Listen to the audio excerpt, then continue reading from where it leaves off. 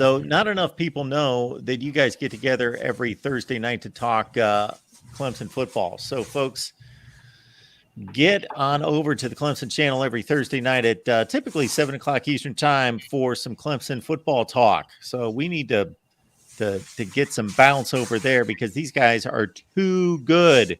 They know their stuff. They know Clemson football. And when you marry the passion with the insight and the knowledge, it's always a good time. They'll mix it up with you. You don't have to be a Clemson fan.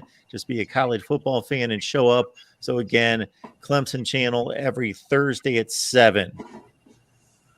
What else are you guys up to this offseason that's ending very quickly here? Yeah, I mean, Mark, we're just kind of ramping up towards the season. We've had a couple of guests on, special guests from Notre Dame, trying to get a big Clemson show coming together this week with some other Clemson content creators. That'll be really, really cool. But yeah, we're just getting ready. Fall camp for Clemson just concluded, and so we're just kind of getting ready for the season. So I mean, you guys, if you're interested and want to hear the Clemson fan perspective, go ahead and tune into our all-in show, Clemson Tigers Live. We go live every Thursday at 7 p.m., so it's a good time. That's a media poll that came out the other day. And then the Coaches Bowl, of course, was a week earlier. I think pretty much underlines, although many of us, including myself, put very little stock in it, it does show us what pretty much is the general consensus across college football about what the ACC is going to look like this year. Florida State, Clemson. This is how most people see it. Do you guys see it like that? You know, Mark, it kind of depends. It's kind of an interesting question when you talk about the Florida State situation, because they've made a lot of changes this offseason. Obviously, they have a lot of guys coming back, but they made a lot of additions in the transfer portal. They were riding high at the end of last season, won their last 6 games. So I mean, you're kind of seeing a lot of the media hype. They think that Florida State is a potential ACC championship, college football playoff contender. And I will say, I think that at least the guys that will be starting for them this year are going to be really, really good. I don't have much question about that. But I think with the unknowns about Clemson as well, with the hire of Garrett Riley, the breaking in of Kay Klubnik at quarterback, it's really hard to kind of gauge where these two teams are in relation to each other. I would still lean Clemson, just as the homer in me wants to lean Clemson, and obviously they're the defending ACC champions. But it does seem like Florida State has closed the gap, and they are ascending. So it's going to be a really interesting season. What do you think, Tiger Paw? Look, it's the conversation between FSU and Clemson, especially this year, is super interesting, right? If you're listening to the national media and most of the people talking about college football right now, everybody's got kind of Florida State and Clemson kind of right there, neck and neck together in all the rankings and everything like that. But most of them have Florida State kind of a step above Clemson. They're right above Clemson.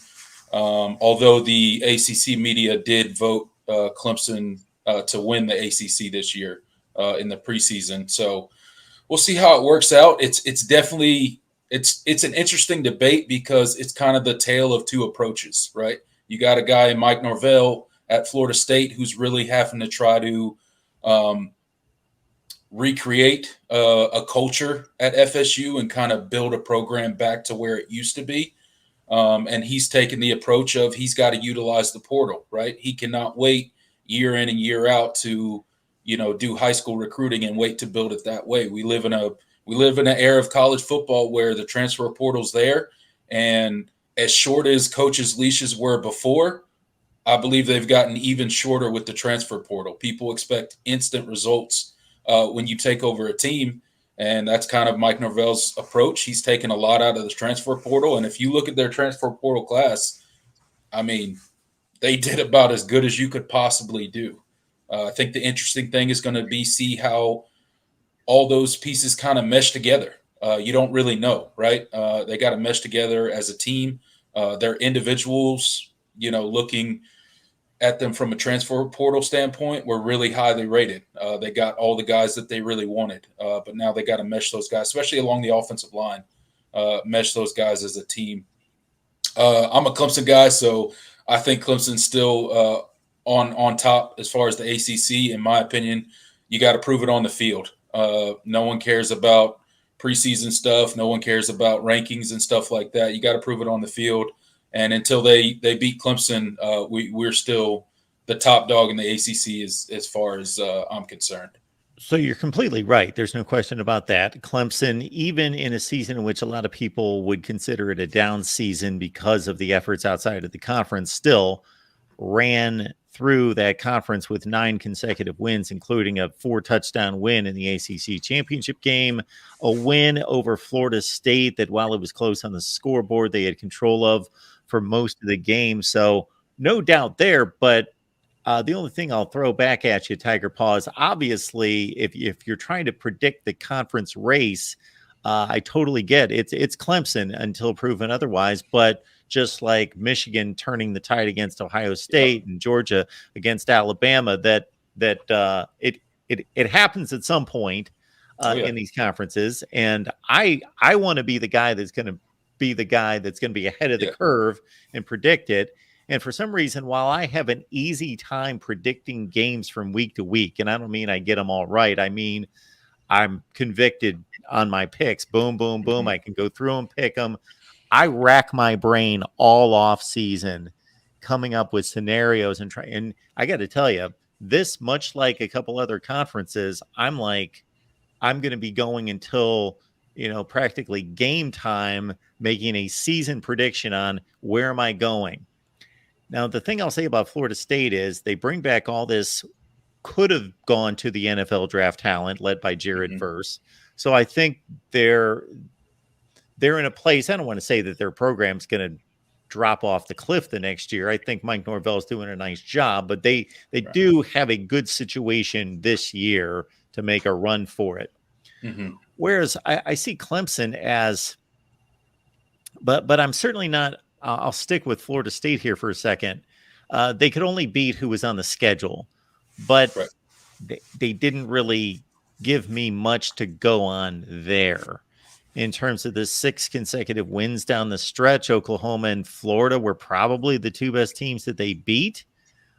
So they didn't prove it to me against anyone. And again, they don't make the schedule. And once Wake, NC State, and you guys beat them, they turned it around, whereas Clemson, I seem to be a little bit more sure, despite the inexperienced quarterback play, of where Clemson is as a program. And I think after a bit of a dip, there are signs that there's a chance, despite this number 9 ranking by the media, which has got to be the lowest they've had in 2012, 2013, preseason. Yeah, I think we probably. we might have been 15th. I think in 2015, because or something like that. It was things turned out okay that year. They were able to make a run. So So again, 13 of the 25 in the AP poll preseason last year didn't finish ranked. So let's not bank too much on that.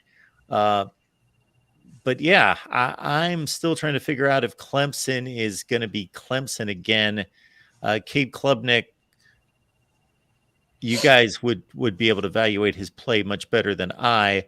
I saw a quarterback that was thrown into a very difficult spot in South Bend, down 21-0 or 21-7 or whatever the score was. I don't want to remember that game, like at his own 5-yard line or something, like that. And then the Syracuse game, give him all the credit in the world. He led a comeback, although he didn't have a whole lot to do with it, but he was on the field. They threw him in the game. You're down a score or 2.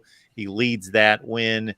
And he's got to play an Orange Bowl game against a talented Tennessee defense, but not a very good one. And had some issues there. So he's had some valuable experience against some good competition in big spots. We'll see how much he's learned in 8 or 9 months. Yeah, he's definitely got some. And that's kind of, the linchpin of Clemson season. No, you're good. A little bit of a lag there. My fault. Go ahead, Jordan. You're good. But yeah, no. I think Cade is the linchpin of Clemson's season. I mean, obviously, they go how he goes, and his progression this offseason with the addition of Garrett Riley. Obviously, they let go of Brandon Streeter. I think was a paramount move for his development. And so, I mean, the early returns, from spring and fall have been really, really encouraging and exciting. But at the end of the day, you gotta show it. He was the number 2, number 1 in some places, number 3, the top 3 in his class. I mean, the talent is there. He won a lot of games at Westlake. So he's the kind of quarterback that Clemson typically has a lot of success with. I mean, he's gotten the Deshaun Watson comparisons from Dabo because of kind of how he came in and just kind of the profile. And so, well, I do not expect Deshaun Watson level play from Cade Klubnik. I do think that the potential is there, and I think this offensive system is tailor made for his skill set. So it really just comes down to the pieces around him. There's been a lot's been made about the wide receiver room. The past couple of years, Clemson used to brand itself as wide receiver U, but that has not been the case the last couple of seasons. The offensive line while it got better last year, still has some question marks. You do bring back 4 or 5 starters, and you have to replace your left tackle. But there seems to be some signs of growth from that group. So I think that, and that along with the talented running backs you have in Will Shipley and Phil Maffa, and you think you have a really good tight end group as well. I think this offense has the pieces to be a really explosive offense in 2023. So. But at the end of the day, we got to see it. And that's kind of the difference between Clemson being a pretty good team to being, a college football playoff contender. Absolutely. This Duke team is no joke. So what's going to be interesting there is they are playing a game on this opening Monday night that Clemson's used to. Their players are used to playing these kind of games where everybody's going to be watching them. Duke's not used to this. And they're coming off a heck of a season. If people really look to see what Duke accomplished last year, it's not just a 9-4 record and a bowl win. Nobody beat them badly. Like a lot of times you'll see a team trend up and a coach come in and clean some things up and have a nice little 7-5, 8-4 turnaround. But, the 4 or 5 losses are ugly. And they're really not that good, but nobody beat them badly. They had a ton of close losses. They go 8-4. They came that close to going to the ACC championship game. They had a touchdown scored on North Carolina with about 3 or 4 minutes left in that game that would have given them a 2-score lead. And it was a ticky-tack penalty that took the score off the board. They lose on a field goal to North Carolina, or a late touchdown to UNC. Otherwise, they're playing in the ACC championship game last year. Mike Elko did a remarkable job. The other thing that I noticed the other day prepping for Duke, I've never seen this before.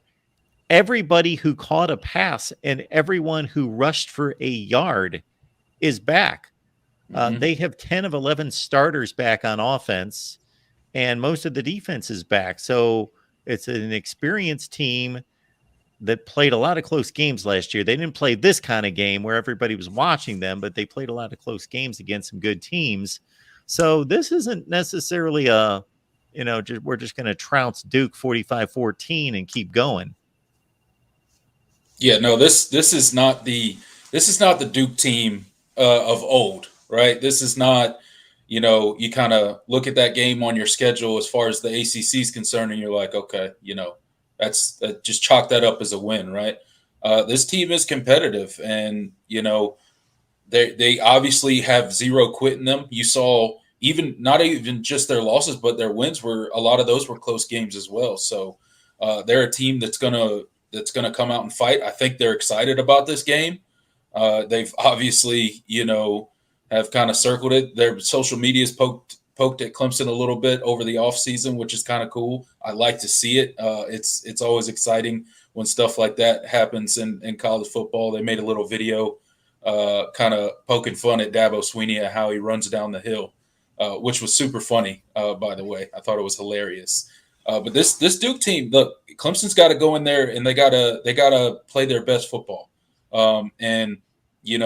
We are breaking in a new offensive coordinator and a new starting quarterback, even though he started, basically one game, but really 2 games if you count the ACC championship game. He played every down except one series. So, it's going to be interesting. We're going to find out how good this offense is, how different it's going to look. We're going to know pretty early on. But one of the things that I think can help Clemson, especially with this season opener, is our ability to run the ball. We have a very deep running back room. We got 4 returning starters along the offensive line. We are replacing the left tackle, but that seems to be being worked out probably here in the next week or so. They haven't named a starter, but we're pretty sure that's probably locked up for the most part. But I think we can really lean on that running game. And with Garrett Riley and his creative play calling, I think he's going to do something that we've been wanting to see for a long time, and that's just play to your strengths, get the ball in the playmakers' hands, and let them go out there and work. Let them make the defense wrong. And I think if we do that, it's going to be a good game. I'm excited that it's a standalone game. All eyes are going to be on Clemson. All eyes are going to be on that receiving room for sure. But I definitely think Clemson's going to come in and bring their A game in the season opener. Folks, every Thursday night, Tiger Paw, Craven, and Jordan get together for Clemson Live, the All-In Show. It's over on the Clemson channel at 7 o'clock Eastern Time. They know what they're talking about. They have fun. You can jump in the chat. You can post questions. You can get after them. You can do whatever you want. They got thick skin. They don't care. They want your debates. They want your arguments. They want your trolling. Let them have it. And then they will, of course, deliver Clemson post game after every Clemson game, starting with the big Monday night game against Duke on the road for Clemson. Interesting. Mm-hmm. All right, guys. I don't say it enough. Appreciate you being here and appreciate all that you do. And I know you thank me from time to time about the opportunity, but you deliver so much more than I do. So thank you so much for everything that you're doing for the Clemson channel and for all of us here at the Voice of College Football.